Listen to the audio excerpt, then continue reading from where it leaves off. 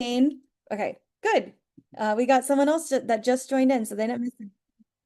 Okay, so again, when it comes to like AI, there's so many different tasks and resources that I'm able to use to replace different routines in my classroom or to support my workflows. So again, we joined a space. If you're watching the recording, here's a QR code. You can join it.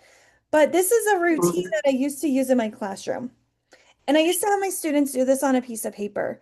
And what I liked about taking this over to AI, and I'd be curious if anybody wants to share in the chat if you use something similar in your own classroom where you're just kind of goal setting the day. How does it feel, right? Do you prefer maybe doing this silently on a piece of paper, or did you enjoy the conversation that you had in School AI using Dot? So I'm just kind of curious, how did you feel if I would have said, okay, let's do this activity on paper compared to having a conversation with Dot? Um, so yeah, if anybody wants to share in the chat, I would love to hear your thoughts and ideas. If you're just joining us, welcome. Here's the space if you're like, what is she talking about, right? Um,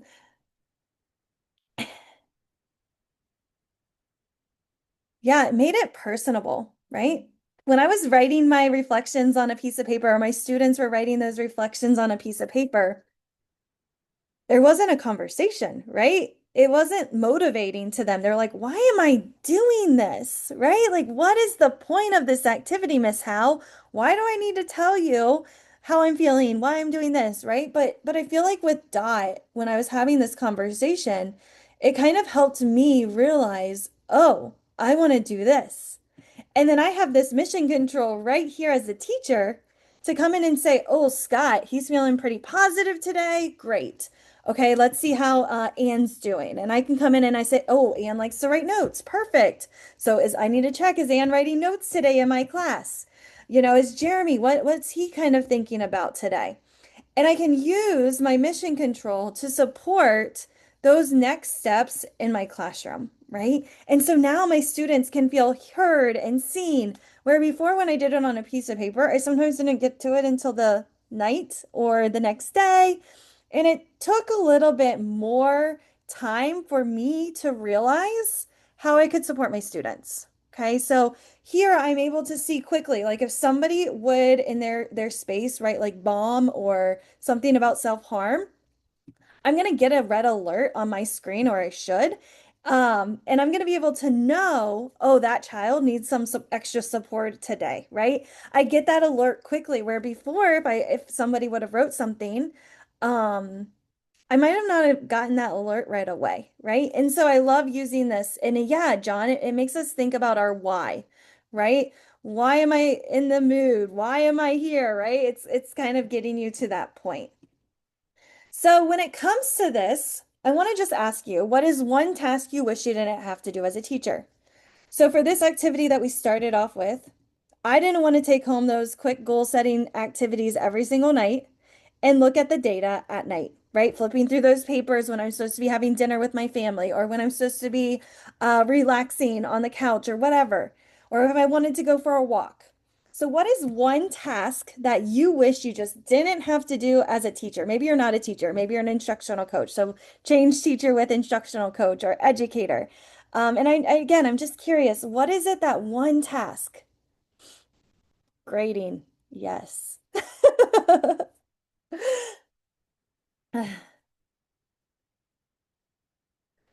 Classwork, homework. Yeah.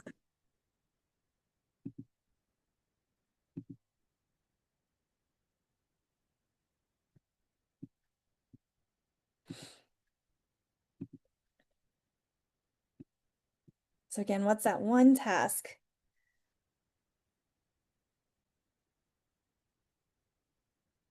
Yeah, a lot of people are saying grading and homework. Okay, awesome. So now I'm going to take you kind of through, these are the foundations to a classroom, right? This is the foundation. First, we kind of have that lesson design, right? Thinking about our planning, and AI can for sure help us make that a little bit faster. It can also kind of make it a little bit sharper and more personalized. Where if I need to take work home, I might have to do that releveling of a text on my own manual time, and I'm just like, this is a pain. Now with AI, you can do it in seconds, right? It can also help me. If you were in Bobby and I's first session, we have it recorded if you weren't, but we had a lesson plan that was shared. And in that lesson plan, it has all of these different components. And that's a lot for a teacher, right? I kind of think of that lesson plan and I'm like, oh my gosh, this is a huge elephant. And now with AI, I can have that huge, huge document help me think about EL strategies, help me think about how to engage my students with the lesson hook. And I'm able to kind of use it as a thought partner to support that planning and thinking about how I can make it more personalized. Another piece is classroom management. Classroom management is sometimes difficult, right? Sometimes we have different students that act out and it causes lack of instructional time. And so when it comes to classroom management, we need to make sure that we're building consistent routines, that our students have a voice and they feel heard. And there's also some type of structure, right? And so when it comes to classroom management, we can also use AI to help us, right? Just kind of like the goal setting activity that we did at the start of today. This is a great way to use for classroom management. Every day my students come in, they complete this space where they are invited into it. They reflect on their learning. They set up their goals for the day, right?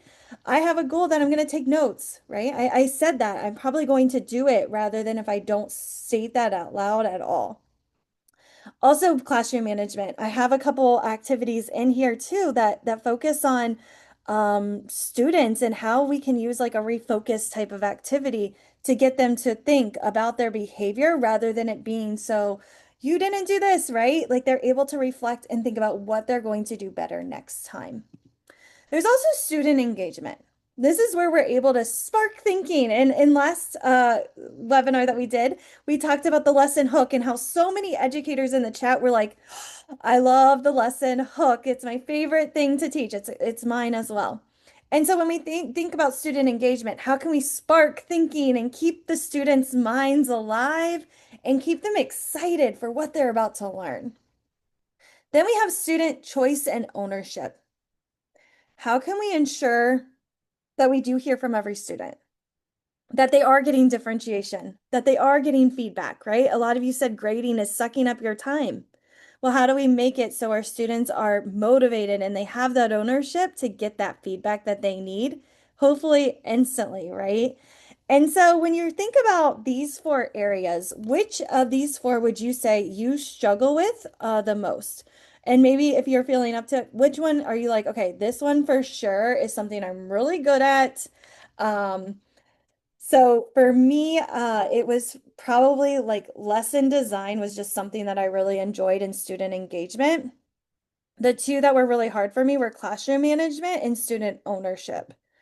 So I'd be curious to hear what your rank of importance is or which one was least and most.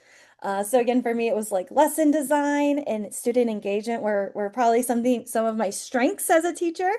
Where classroom management and student ownership, I really struggled with, and I really had to learn how to get better at that.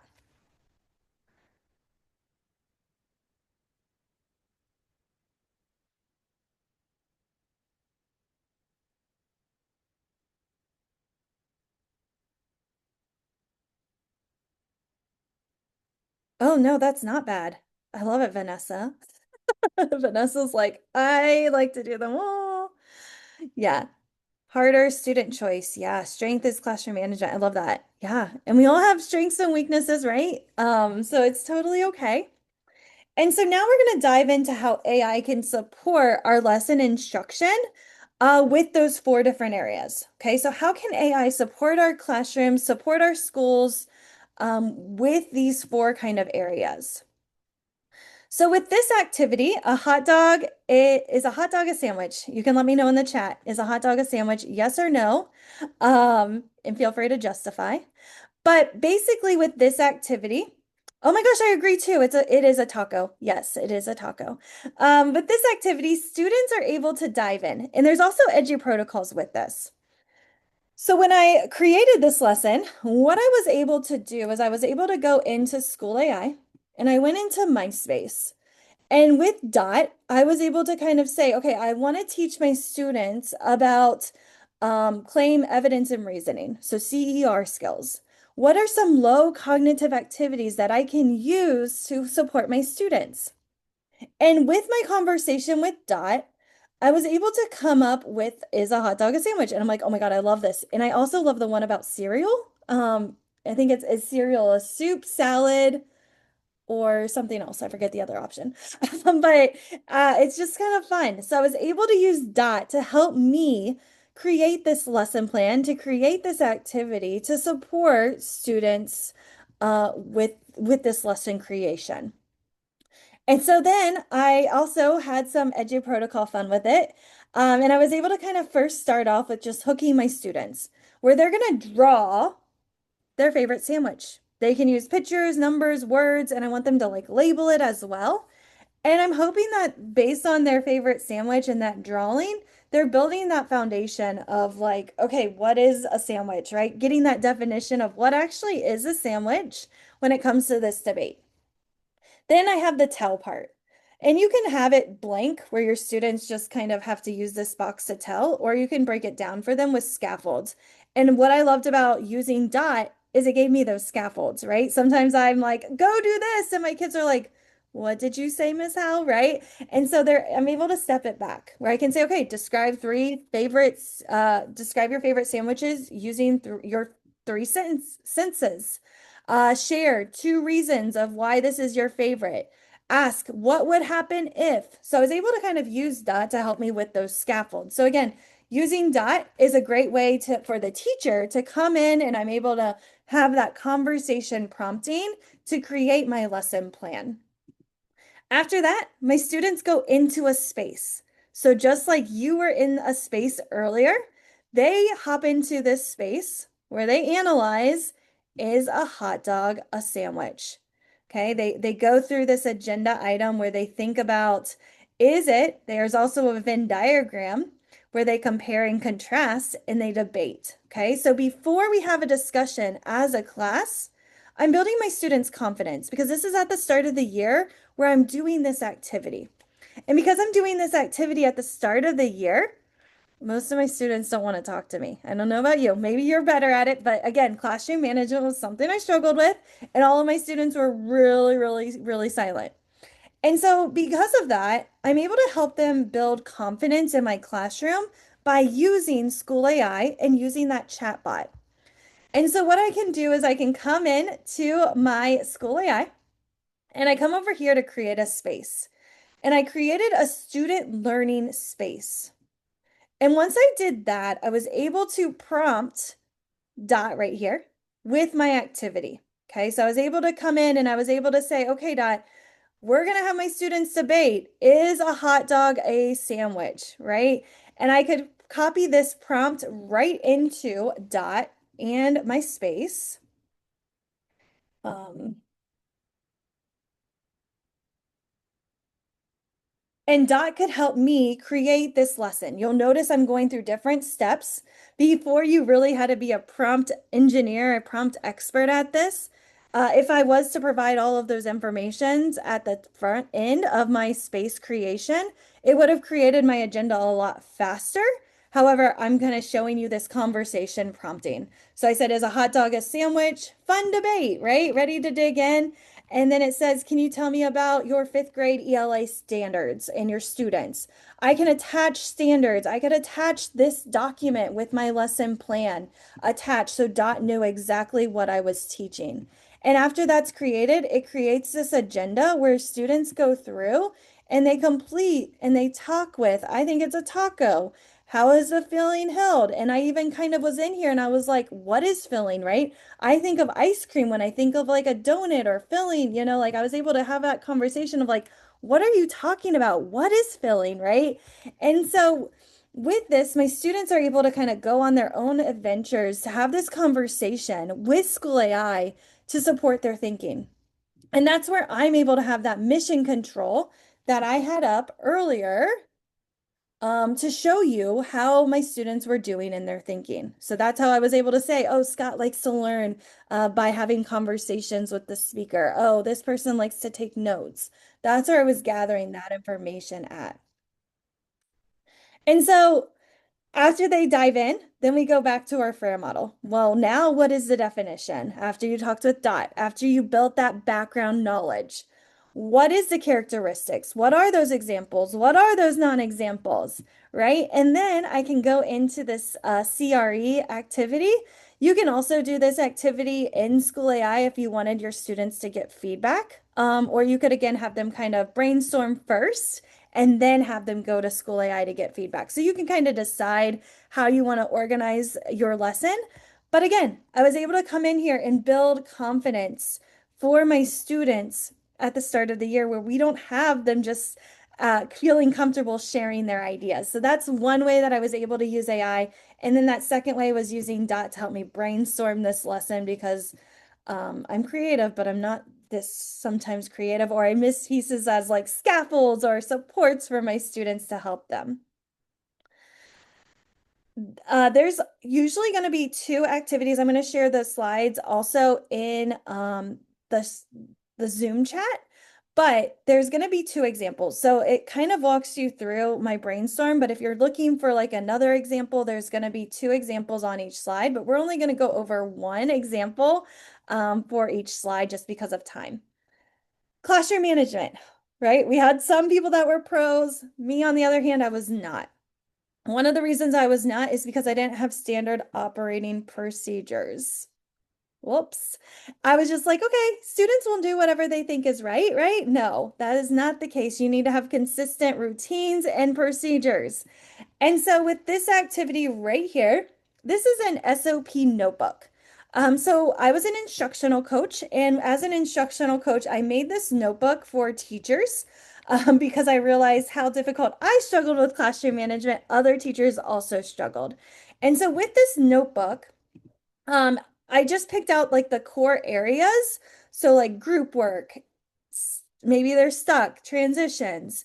And I made this before AI. So it took me a long time to create this activity. But now that I have I added this resource into Dot. So I went in and I created a teacher space. And in my teacher space, let me go ahead and find the right tab.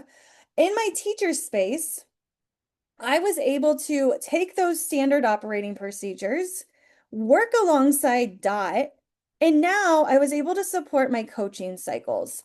And so with Dot and using mission control and using different ideas from what I've already created before AI. I mean, I could have created this with AI too, right? I could have said, okay, list out 10 different procedures that teachers usually struggle with at the start of the year, right? And Dot for sure could have helped me. And so with that, that could have been really, really helpful. And so I'm going to go in here and edit real quick. And you can see here is my conversation with Dot. So I did give this one a more prompted response. I attached those documents. I also attached a PDF from my district that was about standard operating procedures of what they kind of expected as well. So there were documents attached, and you can use the paperclip to attach those files. Then I defined the role. I provided my task.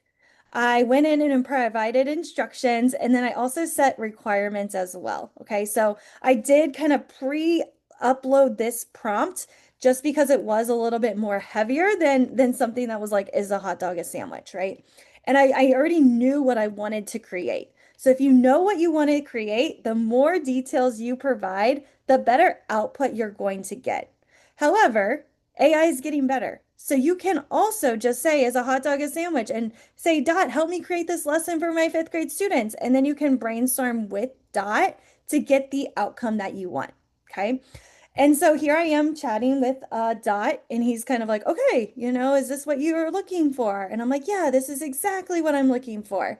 And so then we create this activity over here where it's going to walk through for teachers. So not students this time, because I have, as an instructional coach, I have over like 150 teachers that I'm supporting, right? I can't support them all in a coaching cycle. And so because of that, I have this agenda where I have the explore SOPs. So that's where they're exploring different SOPs. Typically with this activity, they have my document opened up right beside them. So they're able to kind of say, oh, I really struggle with this activity, right? They can use this as the like guide on the side. It's not just an online activity. You could also print this out for teachers if you wanted them to have like the PDF version right there in front of them as well. And so after they explored the SOPs, then they had to design one. You'll notice that there's a document generator, okay? The document generator could be evidence if they needed to send this to their principal or if they needed to send this for their evaluation. I'm in Ohio, so we use an Ohio educator evaluation system.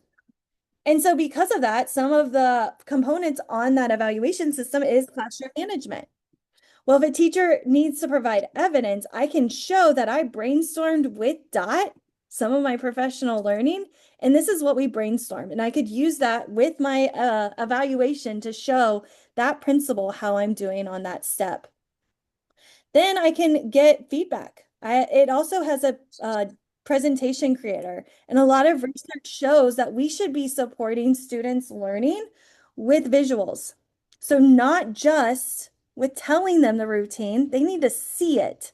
And so that's where this presentation creator can come into play. And they're able to come in and see that presentation, and it's going to just help me create that outline for what I need to create for my students. Then I can reflect and improve. Okay. Then I can come and think about, okay, after I do this, how did it go? Right. And so as a coach, how I use this space is I'm able to send this to my staff and I can go in and hit launch once I have it all created the exact way that I want it. I always suggest you test it out first. And I can come in here and I can say, oh, Stephanie's just getting started. All right, she wants to create consistent practice and clear expectations. How can I help Stephanie with that SOP? How can I support this teacher in that step of their professional learning, right? So I can think about and reflect with that teacher as a coach, okay, here's our next step, right? And again, if I'm a teacher, I can do this with my students where maybe instead of a PDF where I'm thinking through my procedures, maybe they're focusing through a focus and reflection time, where in this space they're identifying why they were off task, what they will do in alternative, what's going to happen instead of that off-task behavior, and what are their strategies? What do they plan to do to make this even better? And so once they go through that space, then we can talk about that behavior piece, right? And again, when I have a classroom of 30 students, I can't always get to that student. Or if I have a coaching cycle and I'm trying to get to 150 teachers, I can't get to every single teacher. And so what this does is when I use that mission control to check on how my students are doing, I can see when I need to step in to model, when I need to step in and have a discussion, when I need to step in and ask them, hey, I saw you tried this new strategy. How did it go? This is how I'm able to build deeper relationships with folks by using that data. Student engagement. So with this, I've got this design your own planet. And again, very similar to the first activity where I used Dot to brainstorm. So that is where I was in here. I was in my space chatting with Dot back and forth on kind of, okay, how are we going to create a lesson for students to build a planet? And Dot gave me some really great ideas. He was like, okay, we can guess what planet they are, and we'll have zoomed in images. Dot did not provide me the images, but you could have these be AI generated. I don't know why I didn't ask him, but I just was like, I wanted real planets, I think. So I actually went to a website and found real planets. But if you wanted an AI generated, you could get that. Just ask for it. But right here, we've got blast off with wonder. So students are going to be in a group and they're going to look at these images and they're going to wonder what makes these planets unique? What makes them planets, right? Like, what is it about these places? I'm just trying to spark their interest, get my students really excited about what they're learning and what they're taking away from this activity. Then again, then we go into where they build their own planet. I'm the note taker. So I have an option for my students. Sometimes it's required. Um, but this is where they're able to design their own planet. Right next to them, as they're in their space, students are taking notes. So as my students are designing, creating their own planet, they're taking notes about their planet. Okay. Again, I've seen some teachers just have students in a space. I think it's really impactful when students also are taking notes right beside them. You can make that call for your own. But again, I've just seen more of an engagement go up. And so right here, my students are chatting with Dot, and I'm like, I don't know anything, right? And then they're like, okay, we're going to create a mind map. So this is a power up. So in School AI, you're able to create power ups, and students can type what they notice about planets, right? What are there about planets that we might learn about and what we might know, right? So some planets have a thick atmosphere, and I might be like, well, what does that mean, right? As a fifth grade student. Earth has water and land. Well, why doesn't any other planet have water and land, right? Mars has a giant dust storm. And so students are able to use this and they're able to kind of think about what do they want to include on their planet. After they go through this mind map, they're able to then brainstorm. And you can see here, there's sentence starters provided through Dot to support their learning as well. And there's an image generator. I said that I wanted unicorns on my planet. Okay, my son thinks I love unicorns. Now I do because of my son, but I used to not really care about unicorns. So of course I want unicorns on my planet. And in my conversation with Dot, we were talking about gravity, right? And so I was able to say, okay, I want um, the gravity to be heavier than Earth. This is how my unicorns turned out. Well, why do they have sturdy legs? Why can't they fly? Right? And so I asked Dot. I can ask Dot those silly questions, and Dot's able to tell me why they can't fly, right? He was like, "Well, you told me you wanted the gravity to be even heavier than Earth." And so students are using higher level thinking here because they're comparing it with Earth. They're comparing it with what they know. They're thinking, well, why is it now that unicorns look like this and they're not flying, right? And so they're having those conversations where they're able to really think through the what they want their planet to be and what actually is created. So they're getting real live feedback as they're working through this activity. After they finally draw their planet, the interesting facts, who lives there, then students go on and we do an activity with task cards where they sort. Is this planet completely covered in water? Is it floating? They have to decide, is it real or imagined? And there's more ideas down here. Again, these are AI generated. And so I can come in here and I can say, oh, this is actually real. It's Mars. Oh, this is Neptune. Oh, this is imagined. And then we can talk about those kind of things, conversations that they had with Dot to realize what makes a real and an imagined planet. After students sort, then they're ready to create. They take their notes that they had from before. They use that task card as well. And maybe there's a mini lesson based on my mission control and small groups that I'm kind of pulling. Then they're ready to showcase. So they're going to be a tour guide. They're going to pretend that they're a tour guide and they're going to take their planet and they're going to allow tourists to visit. Again, AI created right there, right? This is all AI created, and I'm just adding a couple different prompts, couple different ideas. Usually I tell Dot, hey, I want 10 ideas, and I pick one of those 10 ideas. Or I pick two of those ideas and make a choice board out of it. So right here, Dot is pretending to be a tour guide, and he's kind of saying, on my planet, you'll find we designed it this way because, and there's all of these different kind of sentence starters to support students. You could have your students do this activity alone and they can be their own tour guide. But my favorite part is when we jigsaw it. Students take their notes and they compare them with maybe two other classmates. Okay, what did my planet have? What can we take from your planet? What did you learn from this conversations? And the discussions are so rich and exciting. And so once they have that planet, then we give awards. And this again, I was like gonna stop with the tourist, like the tourist activity, but no, Dot was like, let's give them rewards. And I'm like, oh my gosh, that's so much fun, right? And so now they're gonna get most likely to be host aliens, best use of moons, who had the coolest atmosphere. So now students are getting rewards for this lesson. So again, I used a lot of this lesson using Dot to create it. But then I created that student space. So again, a lot of different activities for students to engage and learn about their planet. So that's one that you could use to kind of engage students um, to support their learning. I'm going to pause real quick to see if there's any questions in the chat. I was like, no? Okay, perfect. If you do have a question, let me know. But now we have students' choice and ownership. Okay, so we can have a persuasive essay writing coach where students come in, they draft their writing, they get feedback from the School AI space, and then they're able to reflect and revise their writing as well. We did an activity with this space where we called it Beat the Computer.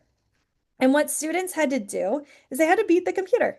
In Ohio, all of our writing assessments are AI graded on the OST, which is our Ohio State test at the end of the year. And so all of these tests are graded by a computer. And we're like, what is this, right? When it first came out.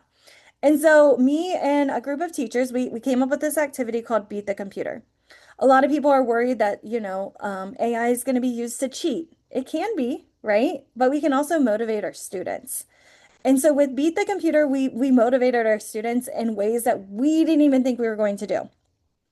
The students put in a pretest. So they wrote their writing on a document and then they pasted it into School AI.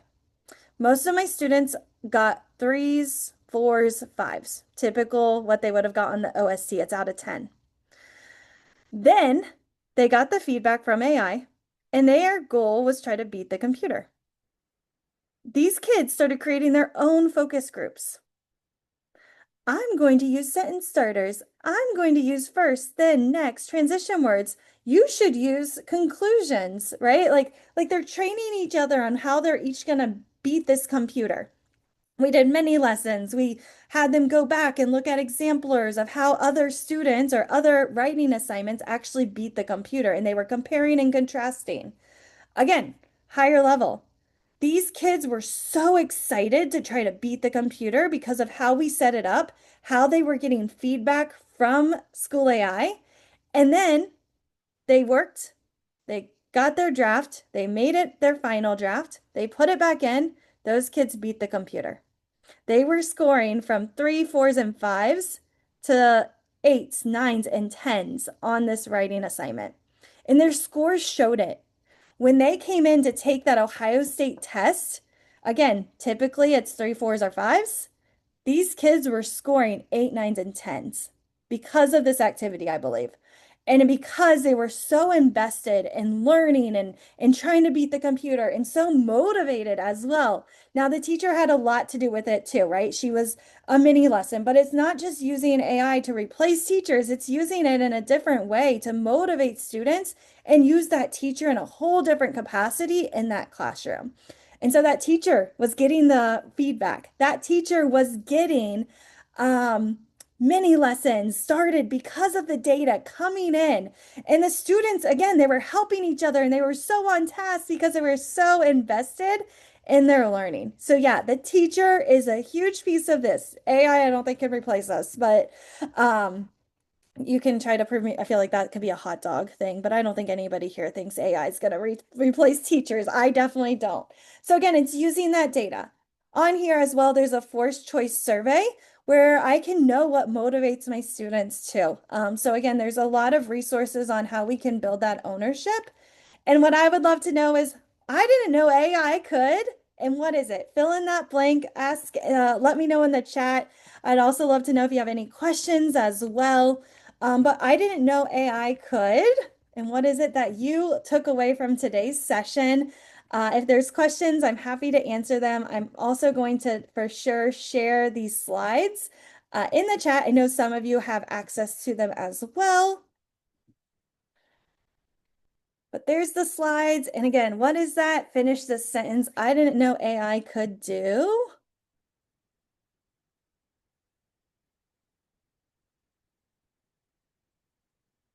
Yeah.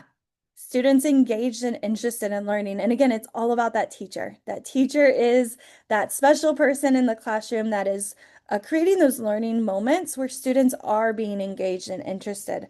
And we just have to create those opportunities for our students to really engage with their learning. Yeah, so great point. Yeah, I didn't realize AI could motivate students so much. Yeah. Oh, yeah, students creating their own AI coach. Yeah, for feedback. Remix is coming back. It's not here right now, Scott. Yeah, so that's a great question. With School AI, there's two versions right now. I personally am a huge fan of 2.0. I love our new platform. But if you click over here, you might see this version. This is 1.0. 1.0 is great. But if you hit unlock early access, this will take you to where I was exploring today with Dot. And what I like about 1.0 is, or 2.0 is you can, instead of using tools and assistants, I had to go back and forth. I'd be like talking with co-teacher, help me brainstorm all of this data. And I would upload a spreadsheet of how my students did on a test and I would create my groups. Well, now I need three different worksheets and I'd have to hop to assistants to do that or hop to tools to do that. And so now I can just tell Dot, here's my spreadsheet, and then it can put it in groups. Okay, now it can create three different activities for those students. So that is one thing. Another thing is over here where it says create a space. That's agendas are new, power ups are new, where before it was just a chat space. Now my students can demonstrate their learning in a multiple different ways. So if you haven't tried out 2.0, it is new. There are a lot of beta moments. And we're looking for feedback. So if you're like that teacher that likes to try new things and break things, 2.0 is for you. If you don't like that, stay in 1.0 until it releases out to the public. But I like to break things. So yeah. Awesome. Okay. Thank you guys so much for joining me today. I had so much fun sharing and learning from you, and I can't wait to see how you motivate your students this school year. I would love to hear about it if you come up with any fun activities or brainstorm with AI. But thank you guys for joining me today. Have a good day.